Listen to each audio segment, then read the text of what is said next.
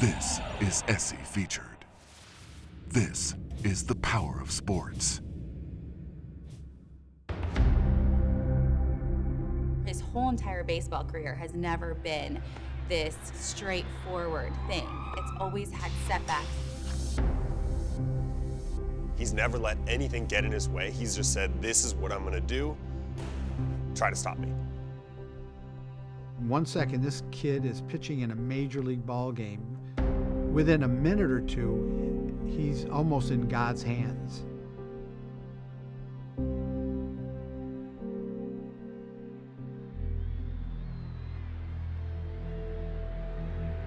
It's a normal pitching change.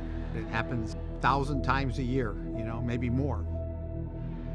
I remember being up in the suite talking with the wives, and there's about 4 of us who were all sharing stories about how we met our spouses. I was telling mine right about when Danny was pitching. Looking back on it, it kind of gives you chills. Sometime during the top of the 6th inning in a game against the Houston Astros, no one knew at the time, but a blood vessel burst in relief pitcher Danny Farquhar's brain. He pitched the inning. He walked in off the field, walks down the steps, and he came over to me where I was sitting, and he said, "Herm, I've got a really bad headache." Well, we have something going on in our dugout at this point, and we will see how that plays out. And then all of a sudden he starts to vomit. This whole area right here is just full of vomit. And then all of a sudden he starts to lean, to fall because he's passed out. And I grab him and I get my radio and I call in for help. Hope everyone's okay down at the Sox dugout. It seemed like 5 hours while I was holding him. That time was just kind of stopped. In my own head, I said, "Please, Danny, don't die on my watch here." All they had told me was he had passed out and he's in an ambulance on his way to the hospital. The then 31-year-old was rushed to the ER, where his jersey was cut off his body as he was prepared for evaluation. We knew that there was a bleeding, and we knew also was coming from an aneurysm. We were really worried in the first CAT scans that there was a significant increase in pressure in the brain. An aneurysm is an abnormal bulge of a blood vessel, in this situation, in his brain. When Farquhar's ruptured, blood was released into the space between his brain and skull, creating increased pressure in his head and the risk of permanent disability, even death. The aneurysm was in a branch that we call perforators. These are very important blood vessels that controls his right side. I found out later on that that was his pitching arm. I had just signed off that they were going to open my husband's skull. I couldn't even talk to my husband about it beforehand, and I lost it. Absolutely bawled my eyes out. I wasn't certain of the next time I spoke to my kids what I'd be telling them.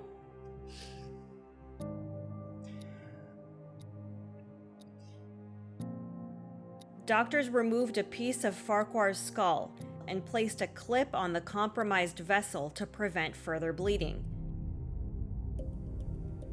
After a 4-hour operation, Farquhar was wheeled into the intensive care unit.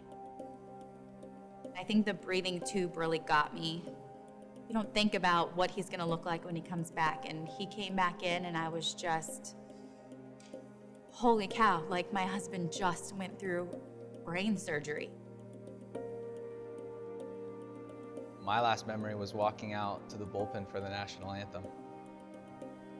And after that, the next memory is? My next memory was waking up in the ICU, staring into the mirror. My wife walked me to the bathroom, and I just looked in the mirror, and it looked like there was a softball on the left side of my head, and I didn't know what was going on, and I guess I just stared at myself. Roughly 50% of those who suffer a burst aneurysm die. 33% sustain some kind of disability. Fewer than 20% can resume their normal course of life. Yeah! once his tubes had been removed and he had walked the halls a few times, he really kept asking the doctors, what are my chances to get back out there? It never really crept into his mind. He had never really said, I'll never be able to play. Those words never came from him. He was more focused on, when can I go try? When can I go and get my life back?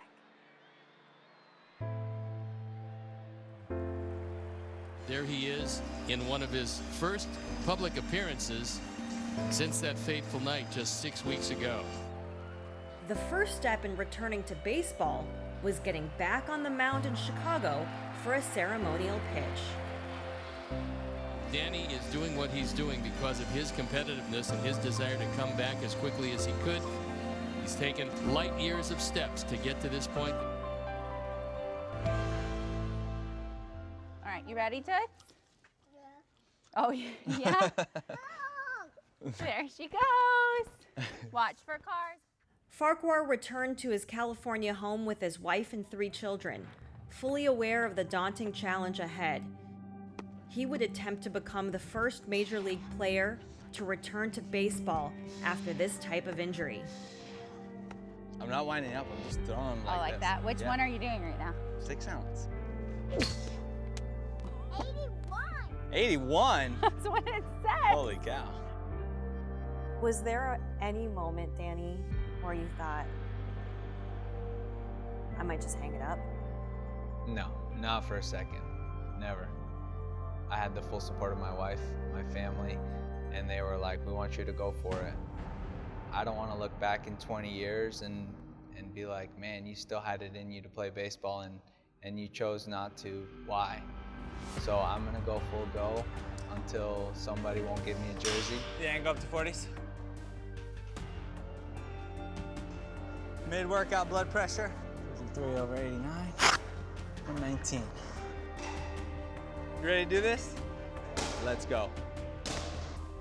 Going through an event like this, someone is forced to relearn how to do the most basic tasks they've been doing for, their entire lives. At the end of the day, we're not getting back someone who needs to just walk and talk and do their thing. This is an elite athlete who things have always been really easy for, who now we need to get him back to where he doesn't have to think about it.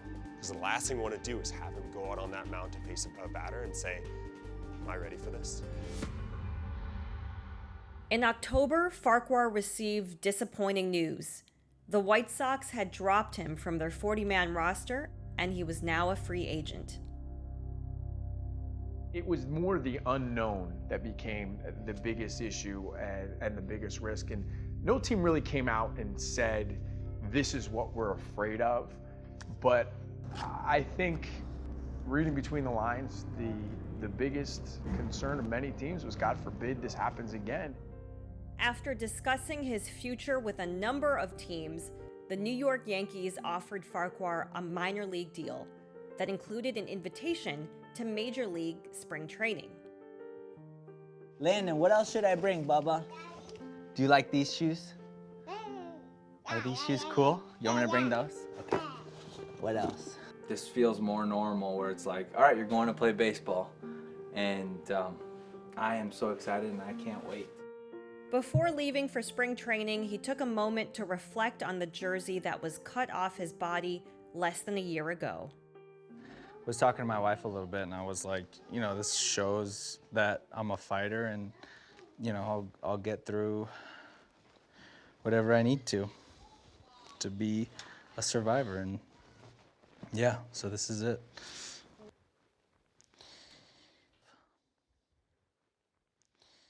It's pretty emotional because it brings me back to the day.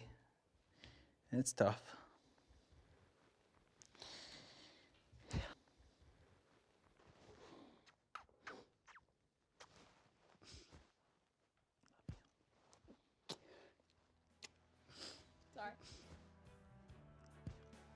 Farquhar, who was fitted with a special protective helmet, eased into the routine. First, there was a bullpen session. Then, 2 live sessions with a batter. I was saying out loud to breathe. I'm like, breathe, breathe, man, breathe. Just throw strikes and breathe. It's important to understand that this guy can pitch. You know, he'll certainly have some opportunities, and I think the first thing for him is obviously getting through a full spring training and getting back just in that everyday grind of being a big league pitcher. Less than a year ago, Danny Farquhar was on the verge of death. 316 days after he was rushed to the hospital, he made his first outing against a major league team. Oh my gosh, Maddie, he's warming up. You see him? Maddie, you see him? I remember him saying, I just want to remember my last outing as a major leaguer. I don't want to not know it. And I don't care if I just have one more out there. I just want to remember it. Look, Dada.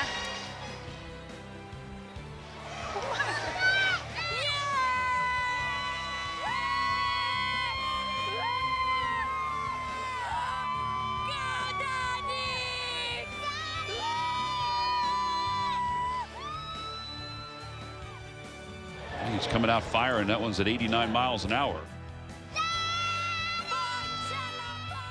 There's a lot of factors for the reason why I'm still here. So it is my bonus time, and I'm gonna enjoy every second of it.